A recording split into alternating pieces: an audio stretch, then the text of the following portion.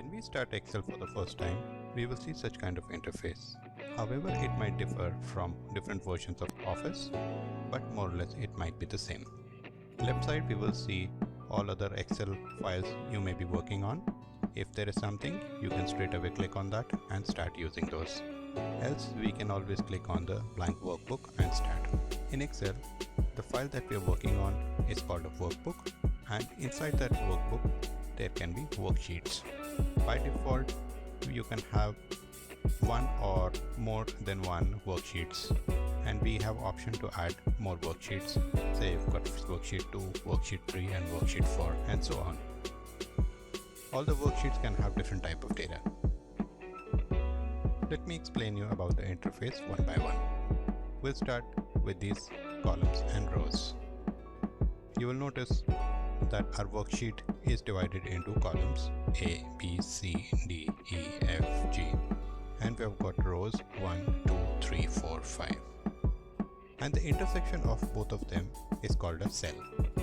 When we click on the cell, it is highlighted and it gets a border around it.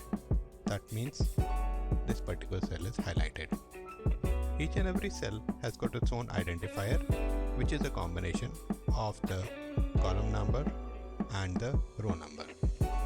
Say this one, the one that is selected is E and 4. This we can see it here is E4.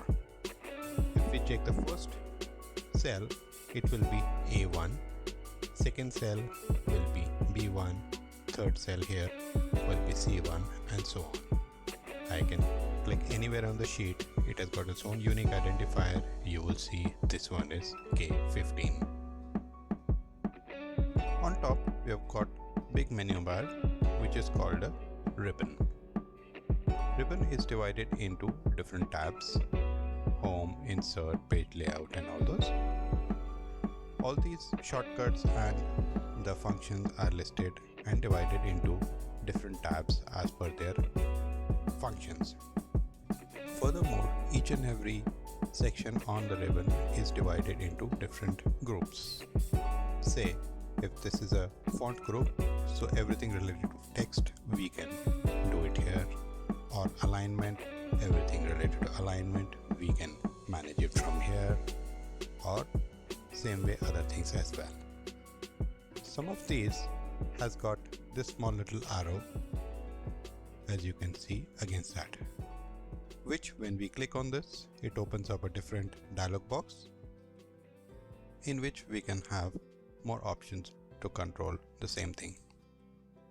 For fonts, we've got this thing. For alignment, we will have different one and so on. Above that, we can see a quick toolbar, which we can use to add any of the functions that we use frequently. By default, it will have the save button, undo button and the redo button. However, we can add things to it and remove things to it if we want to. I can click on this and select anything that I want and add this to my quick toolbar. Say open, it gives me the open one. Email, I've got so and so. Let me remove this. In fact, we can add any of the functions to our quick toolbar. On top right, we've got this option where you can say ribbon display option. I can click and hide the tabs and auto hide the ribbon also. If I click on this, my ribbon is gone. When I click on this, I can click on show tabs. My tabs will be shown. If I want to see the full ribbon, I can click on show tabs and commands. We can achieve the same thing by just double clicking on any of those menu items. To bring it back, I can click any one of those to bring it back. We can do the same thing by selecting the small arrow here on the right. To bring it back, I can click on show tabs and command. Below the menu is a formula bar. This is called a formula bar whenever we type something here on the cell, which shows here, and the formulas can be typed in here. Going down below, we have got a status bar, we have got vertical scroll bar and horizontal scroll bars. Below the scroll bars, we have got some more options where I can select the sheet type. We have got normal, page layout and page break view. And we have the zoom section as well. If we have some numbers written on a sheet and those are selected, then Excel will give us some preview also. Let me show you very quickly. Say we have got some numbers and these are selected. If we look at bottom right, we can get the average of those numbers selected, the count and the sum. So this gives a quick preview of the data.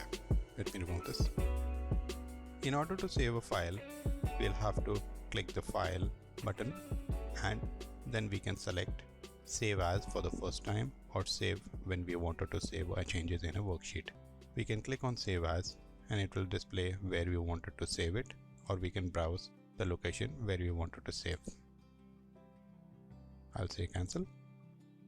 To come out of this dialog, we can press escape or we can just simply press this back arrow button. We can quickly save the sheet by clicking the save button.